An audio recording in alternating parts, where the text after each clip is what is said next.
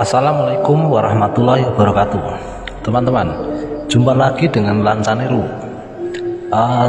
channel yang membahas tentang seni, budaya, kehidupan sehari-hari, tradisi, dan juga wisata, teman-teman. Di channel ini juga membahas filosofi dan sedikit sejarah Nusantara, ya teman-teman. Teman-teman, sebelum kita lanjutkan, kita bahas video ini, teman-teman yang baru menemukan channel Lancaneru, silahkan tekan tombol subscribe, like, dan share.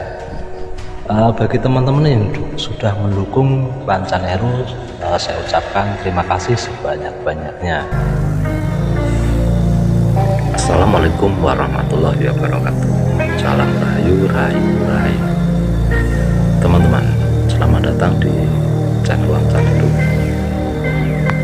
Teman-teman, saya berharap bahwa kita semua dalam keadaan baik-baik saja dan sehat walafiat, agar kita bisa siap untuk menjalani cerita sejarah yang terjadi di masa yang lalu, supaya sangat menarik dan kita bisa mengambil pelajaran dari kisah-kisah yang terjadi di sejarah.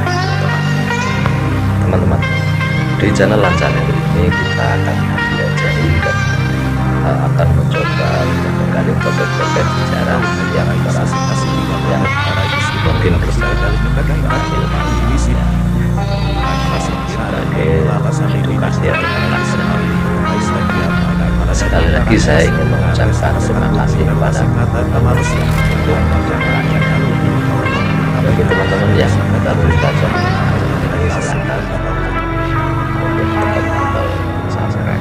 baru bisa tetap terhubung di konten-konten sejarah di masa yang akan datang. Oke, mari kita lanjutkan ceritanya. Saya berharap kita bisa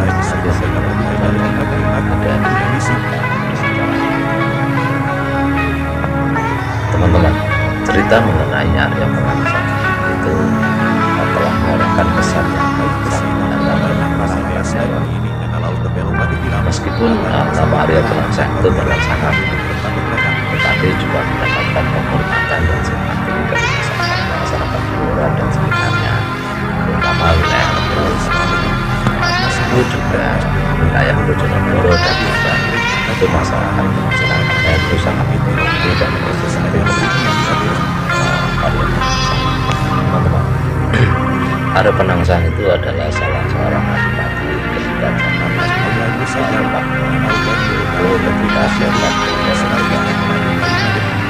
Arya Penangsang menjadi sejarah Jepang yang sekarang ini adalah Kecamatan Cepu.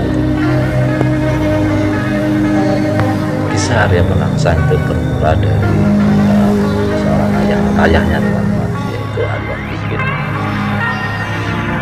yang merupakan putra dari Raden Patah, Raja Patah. Dengan kata lain, Arya Penangsang itu adalah cucu dari Raden Patah.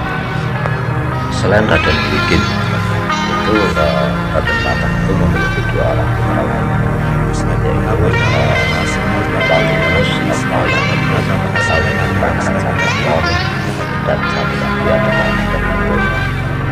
yang kemudian menjadi Sultan Patah.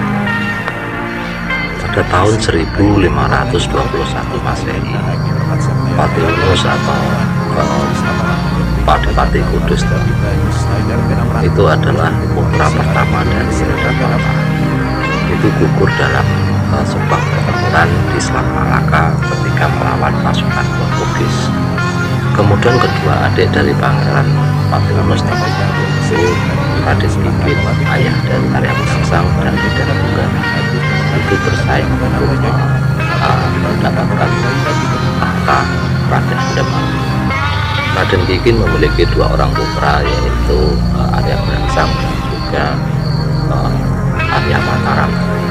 Sedangkan Raden Tunggal itu memiliki seorang putra yang lebih dikenal dengan sebutan Sunan Prawoto. Sunan Prawoto atau Raden itu membunuh papanya, yaitu Raden Pikir.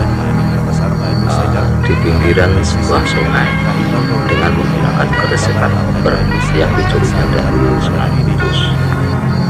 Sejak saat itu Pangeran Pipin itu dikenal dengan sebutan Pangeran Sedo Englaben atau pangeran atau bunga yang gugur di tepi sungai.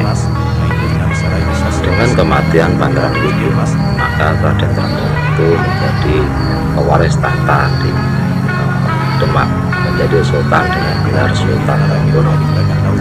Teman-teman, dalam kisahnya nama Penangsang itu diberikan kepada anak itu karena setelah Raden Pipin terbunuh, Arya Penangsang itu dihanyutkan ke sungai dan menyangkut di sebuah pohon dan ditemukan oleh Sunan Kudus. Kemudian nama Arya Penangsang itu mengangkat kepada setelah kematian ayahnya yaitu Raden Pipin, Arya Penangsang diasuh dan menjadi murid Sunan Kudus yang menjadi atas nasibnya. Ya, Arya Penangsang bersumpah untuk balas atas kematian ayahnya dan juga merebut tahta Demak yang menjadi warisannya atau menjadi haknya. Teman-teman, Arya Penangsang itu adalah pewaris dari kerajaan apa dari Kadipaten Jipang, dari orang tua atau kakeknya. Meskipun usianya masih kecil, tapi Arya Penangsang dinobatkan menjadi adipati di Jipang Panolan yang saat ini bernama Cepu. Dalam memerintah, Arya Penangsang dibantu oleh beberapa orang pembantu dari Senopati terkenal yang berada di Panolan. Setelah diangkat menjadi adipati di Jipang Panolan, maka Arya Penangsang mendapat julukan sebagai Arya Jipang. Meskipun Arya Penangsang atau Arya Jipang telah mendapatkan kedudukan menjadi adipati di Jipang Panolan, tetapi ambisinya untuk membalas dendam dan juga merebut tahta kerajaan Demak itu masih ingin dilaksanakan. Arya Penangsang mulai mengusir kekuatan di Jipang Panolan. Teman-teman, pada waktu itu terjadi transisi kepemimpinan di Demak setelah Sultan Trenggono itu terbunuh dalam sebuah perang di Panarukan Situbondo pada tahun 1546 Masehi. Saat itu Arya Penangsang melihat kesempatan untuk membalas dendam terhadap kematian orang tuanya. Untuk itu Arya Penangsang meminta bantuan kepada gurunya Bupati Komandan untuk melaksanakannya. Pada tahun 1549 Arya Penangsang mengutus seorang untuk Sunan Prawoto ataupun Raden Bumi yang saat itu sedang saat itu menggantikan posisi Sultan Trenggono untuk menjadi raja atau sultan di Demak. Teman-teman, pembunuh bayaran yang diutus oleh Arya Penangsang untuk membunuh sultan yang diutus untuk membunuh pangeran atau Raden Prawoto atau Raden Bumi, teman-teman, itu adalah Rangkut. Tetapi dalam pertempuran itu Rangkut juga ikut tewas dalam menjalankan tugasnya, walaupun berhasil membunuh Raden Prawoto menggunakan geresekan koper. Dendam Arya Penangsang pun terbalaskan dan kemudian berhasil merebut kerajaan Demak dan memindahkan pemerintahan dalam Bintoro ke Jipang Panolan. Kemudian kerajaan Demak mendapatkan julukan sebagai Demak Jipang. Tetapi hari-hari awal pemerintah kerajaan Demak Jipang itu Arya Penangsang tidaklah mudah karena mendapatkan kritikan dan protes keras dari Pangeran Giri dan juga Ratu Kalinyamat dari Jepara.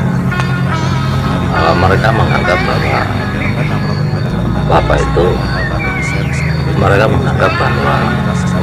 Sultan Arya Penangsang mendapatkan tahta itu tidak sah karena melibatkan pembunuhan Sultan Prawoto yang saat itu menjadi sultan yang sah di kerajaan Demak. Meskipun pembunuhan atas Sultan Prawoto itu memiliki bukti yang kuat bahwa pelakunya adalah Arya Penangsang, tetapi Sunan Kudus membela muridnya dan memberikan penjelasan mengecewakan Ratu Kalinyamat di Jepara, teman-teman. Protes keras yang disampaikan oleh Ratu Kalinyamat ini membuat adipati di bawah Demak itu menjadi musuh Arya Penangsang. Salah satunya adalah Hadiwijoyo maupun Jakatingkir. Teman-teman, saat itu Hadiwijaya menjadi seorang adipati di Pajang yang juga merupakan menantu dari Sultan Hamengkubuwono. Oleh karena itu Arya Penangsang perlu untuk memikirkan Hadiwijaya. Arya Penangsang mencoba untuk membunuh Hadiwijaya dengan menggunakan 4 orang utusan bayaran, tetapi usahanya itu gagal karena Hadiwijaya mampu mengalahkan 4 pemuda bayaran yang dikirimkan oleh Arya Penangsang tersebut. Selain itu, Hadiwijaya mampu merebut keris Kyai Setan Kober dari Arya Penangsang. Kemudian Hadiwijaya atau Jakatingkir itu menempuh jalan perdamaian dengan datang ke Jipang untuk mengembalikan keris Setan Kober, tetapi Arya Penangsang terjebak oleh siasat dari Jakatingkir ini, membuat situasi semakin memuncak. Permusuhan antara Hadiwijaya dengan Arya Penangsang. Kemudian perang tanding antara Arya Penangsang dengan Jakatingkir itu tidak bisa dielakkan. Dalam pertarungan ini keris Setan Kober yang dipegang oleh Arya Penangsang ternyata posisinya terbalik. Ketika keris itu dicabut dari tangannya oleh Arya Penangsang, itu justru melukai perutnya sendiri sehingga ususnya terburai, dan Arya Penangsang pun menemui ajal oleh pusakanya. Dengan kematian Arya Penangsang itu menjadi sebuah kisah yang sangat menarik sekali, dan kemudian Jakatingkir atau Hadiwijaya itu menempatkan diri menjadi sultan menggantikan Arya Penangsang, dan pusat pemerintahan Demak kemudian dipindahkan oleh Hadiwijaya atau Jakatingkir ke Pajang dan mengubah namanya menjadi Kerajaan Kesultanan Pajang. Teman-teman, terima kasih sudah mengikuti channel kami. Mudah-mudahan teman-teman bisa menikmati cerita sejarah yang telah berbagi.